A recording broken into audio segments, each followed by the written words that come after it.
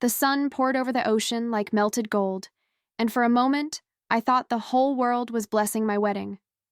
Standing in front of that full-length mirror, I barely recognized the woman staring back at me, glowing, calm, utterly in love. My bridesmaid fussed over my veil, giggling nervously while I tried to steady my breath. Every sound outside, the laughter, the music, the waves, blended into a single, perfect hum. I could smell the ocean mixed with roses and perfume. I remember thinking, this is exactly how forever should begin. Then Clara, our wedding planner, walked in with her usual warmth. She smiled like she'd seen hundreds of brides, but she meant it when she said, "You look stunning, Elena." I blushed, thanking her, still trying to believe this was my moment. And then, so casually it almost slipped past me, she said, "James was so nervous earlier, just like the last time." I laughed because what else could I do? "The last time?" I asked teasingly, but something in my chest tightened. Clara's smile froze for a fraction of a second, just long enough for me to notice. "Oh, no, I meant the rehearsal," she said too quickly, waving her hand like she could erase the words from the air. I nodded, pretending not to think twice. But as she left, her perfume lingered, and so did that sentence. The last time. It played in my mind, soft but steady, even as the violins started outside and my guests waited for me. I smiled for the camera, but something inside me had already shifted. Walking down the aisle felt like floating through sunlight. Everyone was watching, their smiles, their phones, their tears. But I only saw James. His eyes met mine with that same confident charm that once made me forget to breathe. For a moment, everything else melted away. Clara's slip, the noise, even my doubts. He looked perfect, handsome, grounded, certain, and I told myself that's all that mattered. The orchestra swelled, my father squeezed my arm, and I stepped into what I thought was forever. But the thing about words is that they don't vanish, do they? Just like the last time. They dance behind every vow, every toast, every smile that day. Even as the priest spoke, I caught Clara's nervous glances from the side. She clapped too quickly, laughed too loudly, and avoided my eyes entirely. I kept wondering, what last time could she possibly mean? Surely not another wedding, surely not his wedding. But that whisper in my mind refused to be silenced. When James slid the ring onto my finger, his hands trembled. Everyone thought it was emotion. I thought it was love. But a strange chill moved through me as he said, "I do." His voice cracked, not from joy, but something else I couldn't name. The cheers rose around us, and yet all I could hear was my own heart, steady but uncertain. I told myself not to ruin a perfect day with suspicion. After all, every bride gets nerves. Still, some vows echo differently when your gut doesn't believe them. At the reception, everything sparkled. The champagne, the laughter, the fairy lights strung above the sea breeze. I smiled for photos, danced with friends, and pretended that the ache in my chest was just exhaustion. James was the picture of charm, spinning me around the dance floor, whispering, "We did it, Mrs. Walker." Everyone applauded, and yet, deep down, something in me felt like an actress in a role I didn't fully understand. Every time I caught Clara's face across the room, she looked away. I kept hearing that sentence between songs, between breaths, between moments of joy I was supposed to feel. Just like the last time. What if it wasn't a mistake? What if it was a truth she didn't mean to say? The thought came and went like a wave, crashing quietly inside me. I tried to convince myself it didn't matter. He chose me. He loved me. Still, something about the way his eyes darted around, avoiding mine for just a second too long, felt wrong. When the night finally faded and the guests began to leave, I stood alone for a moment, watching the candles flicker against the dark ocean. The veil felt heavier now, almost suffocating. I took it off, letting the wind carry it away. It should have felt freeing, but it didn't. It felt like a warning. Maybe Clara's words weren't a mistake. Maybe they were a door I hadn't realized she'd just cracked open. And tomorrow, I'd start wondering what was waiting on the other side. The morning after the wedding, I woke to the sound of waves crashing. The same ocean that had blessed our vows now sounded almost angry. James was still asleep beside me, his hand loosely resting on mine. I watched him for a moment, trying to quiet the noise in my mind. He looked peaceful, too peaceful, as if nothing had ever been hidden. I wanted to believe that Clara's words meant nothing, that love was stronger than a slip of the tongue. But denial has its own kind of exhaustion, doesn't it? All day, people kept telling me how perfect everything had been. "You two are meant for each other," they said, their voices like sugar coating a bitter taste. Even as I smiled, my mind drifted, back to Clara, to her nervous laugh, to the way she'd avoided me. I thought about asking her right then, but something stopped me. Fear, maybe. Fear that knowing the truth would mean unraveling everything I'd built my future on. I told myself I'd ask later, when I was ready. By evening, the unease had grown into something physical, like a weight pressing against my ribs. I could barely focus on the music or the conversation. James's laughter rang across the reception hall, confident, charming, the man everyone adored. But the words, "like the last time," kept echoing, louder each time I tried to drown them. I wasn't ready to face what they might mean. Not yet. But I knew deep down that pretending wouldn't silence them for long. Later that night, under the soft glow of string lights, I finally saw Clara again. She was laughing with the caterer, trying too hard to look busy.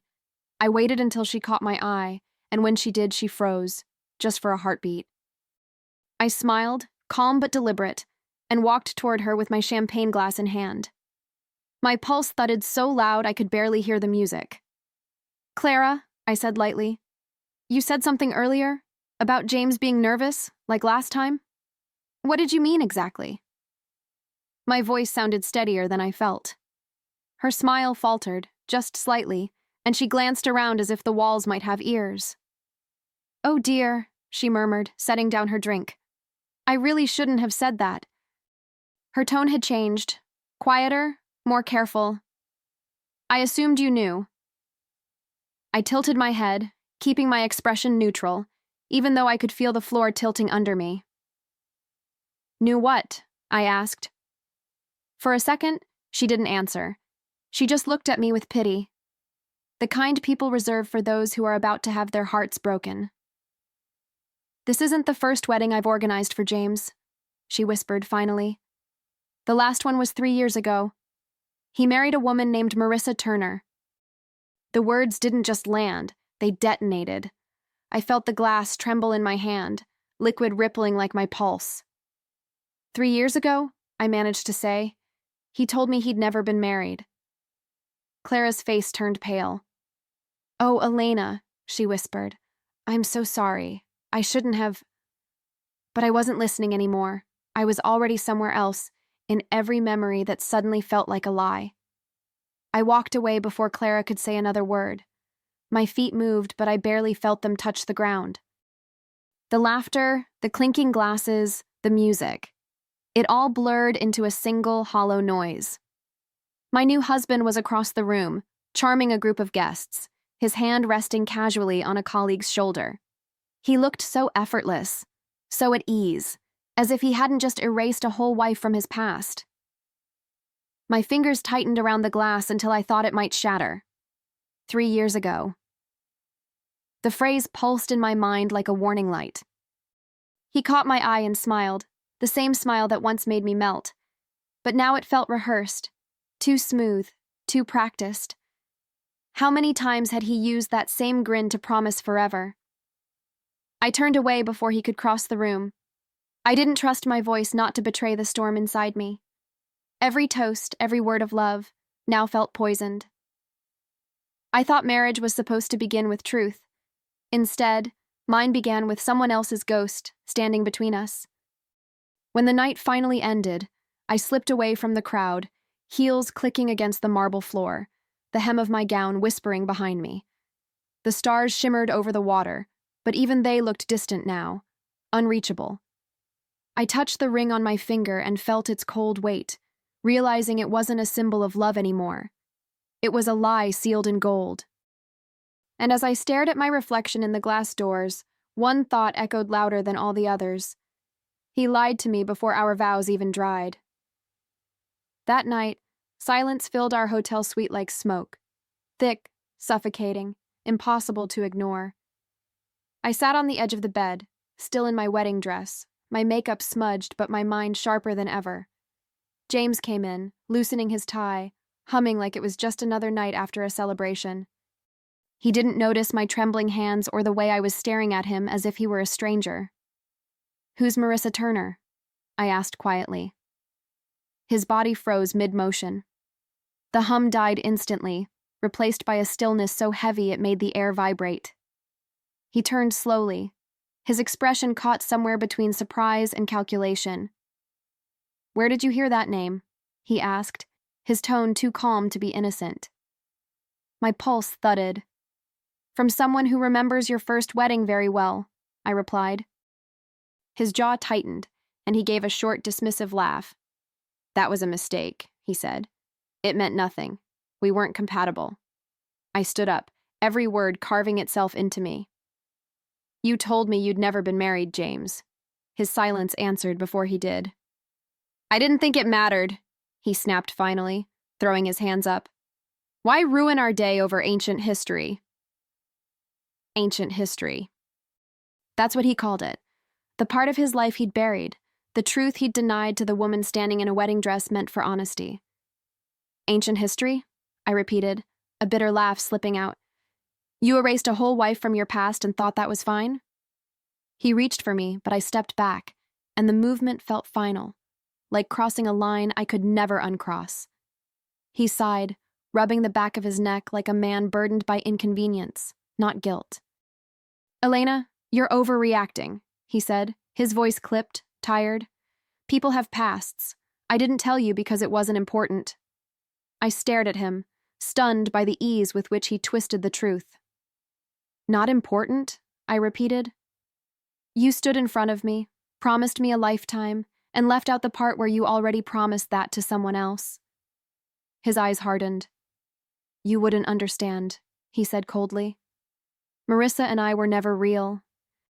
That name, Marissa, sounded foreign in his mouth, like a confession he didn't want to own. I folded my arms, my voice trembling but sharp. "You made it real enough for Clara to plan the whole thing." The color drained from his face, and for once he didn't have a ready answer. I pressed on. "Did you lie to her too? Or just me?" He looked away, jaw tightening again, silence doing what excuses never could. That's when I saw it. The small guilty twitch in his expression. It was all the truth I needed. "James," I said quietly, "you married me while pretending to be someone you're not. That's not love, that's fraud." My words hit him harder than I expected. He turned, anger flickering behind his eyes. "You love drama, don't you?" he muttered. "Always need to make everything a tragedy." And then he stormed out, the door slamming so hard the windows rattled. I stood there, the echo of it wrapping around me like smoke. The silence after him felt heavier than his presence ever did. For a long time, I just stood there, surrounded by flowers already wilting, champagne glasses half full, and a dress that suddenly felt like armor made of lies. I could still hear his footsteps fading down the hallway, each one duller than the last. I sank onto the bed, my body trembling, but my mind was clear. Every moment, every word, every red flag I'd ignored replayed in brutal clarity. The business trips, the vague stories, the way he always changed the subject when I asked about his past. It had all been there. I just hadn't wanted to see it. The wedding ring felt heavier by the minute, pressing against my skin like a brand. I twisted it slowly, wondering how long it would take before I could take it off without shaking. My tears didn't fall all at once. They came in quiet waves, like the tide outside our window, pulling pieces of me away with each retreat. For the first time, I realized that the man I married didn't exist. He was a story James told, polished, perfect, and entirely fictional. And I'd believed every word. I walked to the window and opened it wide, letting the night air rush in. The ocean roared below, fierce and unapologetic, as if it understood me. He'd promised me forever, a promise built on sand. But as I stood there, the salt wind drying my tears, I made a promise of my own. If he could lie that beautifully, then I could teach him what truth feels like when it cuts. Whatever came next, it wouldn't be forgiveness. It would be memory, the kind that burns itself into the soul and never fades. The morning after he left, I didn't cry. I didn't scream. I just stared at the ocean until the horizon blurred, trying to decide whether to drown in heartbreak or swim toward clarity. Anger hadn't arrived yet, only disbelief. How could someone lie so easily, so completely, and still sleep beside you as if love meant nothing? I opened my laptop, his name staring back at me from our shared screensaver, smiling, harmless, deceitful. That image felt like a mockery. So I started typing, Marissa Turner, marriage, James Walker. At first, I found nothing. But then, buried under old event pages and social media posts, there it was. Walker Turner wedding, 2019, planned by Clara Events. My heart stopped. The photo showed him, same tuxedo, same smile, same hands holding another woman's. It was like watching my own wedding through someone else's body. I stared at the screen until my eyes burned. Every "I love you" he'd whispered now felt rehearsed, recycled. I wasn't his first bride. I was just the next performance in his series of perfect lies. I knew then that love wasn't the story anymore. Truth was. I called every contact I could find, left messages, followed threads. And finally, a message came through. Marissa Turner, available to meet. Just seeing her name written there made my pulse spike. I wasn't sure what I wanted from her. Closure, revenge, or just confirmation that I wasn't losing my mind. But I knew one thing for certain. James had rewritten his history once. I was about to write the ending myself. I met Marissa at a small cafe near the marina, the kind of place where secrets could dissolve in the sound of espresso machines. She was already there when I arrived, her posture straight, her hands wrapped around a mug as if it was keeping her anchored. I recognized her instantly from that photo. Same sharp eyes, same quiet strength. When she looked up and saw me, there wasn't hostility, just understanding. "You must be Elena," she said softly. "I was wondering when one of us would find the other." Her tone was calm, almost weary, like she'd been waiting for this moment for years. I sat across from her, my voice barely steady. "He told me he'd never been married." She gave a small, humorless laugh. "He told me I was his only love," she replied. The words landed heavy between us, different versions of the same lie. For a long time, neither of us spoke. We didn't have to. The silence was enough to tell us how deeply his deception had carved into our lives. Finally, she said, "You're not the first woman he's lied to. He used me for my family's business contacts. Left me with debts that took years to clear." The more she spoke, the more the picture sharpened. James wasn't just careless with hearts, he was calculated. Every charm, every gesture, every word had been currency. "Would you be willing to help me end this?" I asked. She raised an eyebrow, her lips curving into something halfway between a smirk and a sigh. "Oh, sweetheart," she said, leaning forward. "I've been waiting years for that call." In that moment, I felt the first spark of power return to me, the kind that only burns after you've lost everything. Over the next few days, Marissa and I became unlikely allies, partners in truth, bound by the same wound. We met in quiet cafes, in parking lots, sometimes in her apartment filled with stacks of old paperwork and faint traces of a life rebuilt from ashes. Together we pieced him apart, file by file, message by message, smile by smile. She showed me old documents, bank transfers, emails signed in that same confident tone I once found comforting. He'd used her name to open fake business accounts, moved money through consulting deals that never existed. And just like that, his mask began to crumble. The most haunting part wasn't discovering his lies. It was realizing how easily I'd believed them. I remembered the way he looked at me during our first dinner together, how he said, I've never met anyone like you." Now I wondered how many times he'd rehearsed that line, how many women had heard it before me. But each discovery made me stronger, steadier. Pain sharpened into focus. Heartbreak turned into strategy. Marissa once said, "He taught me how to lose. Let's teach him how to fall." And I couldn't think of a more poetic revenge. Our plan formed like a symphony, quiet, precise, and devastating. We gathered evidence, synced timelines, traced every false deal to his accounts. When we finished, I looked at the files spread across her table and whispered, "He wanted a fairy tale. Let's give him a finale." Marissa smiled, eyes glinting with the kind of satisfaction only justice can bring. For the first time since my wedding, I didn't feel broken. I felt awake, ready to turn his lies into the truth that would finally expose him. A week later, I walked into the grand ballroom of the Harborview Hotel, the same venue where our wedding reception had been held. Everything was immaculate again. White roses, gold lights, crystal glasses sparkling like nothing had ever gone wrong. James was at the center of it all, laughing loudly, his arm slung around a business partner's shoulder. He looked untouchable, the charming entrepreneur everyone admired. Tonight was his thank you dinner, a celebration for family and investors. To everyone else, it was redemption. To me, it was the perfect stage. When he saw me arrive, his grin widened. "Elena," he said, like the past week hadn't happened. "I'm so glad you came." I smiled sweetly, the kind of smile that hides storms behind calm seas. "Of course, James," I said. "Wouldn't miss it." My dress shimmered under the chandelier, white again, but not for purity this time, for irony. Marissa had helped me pick it out.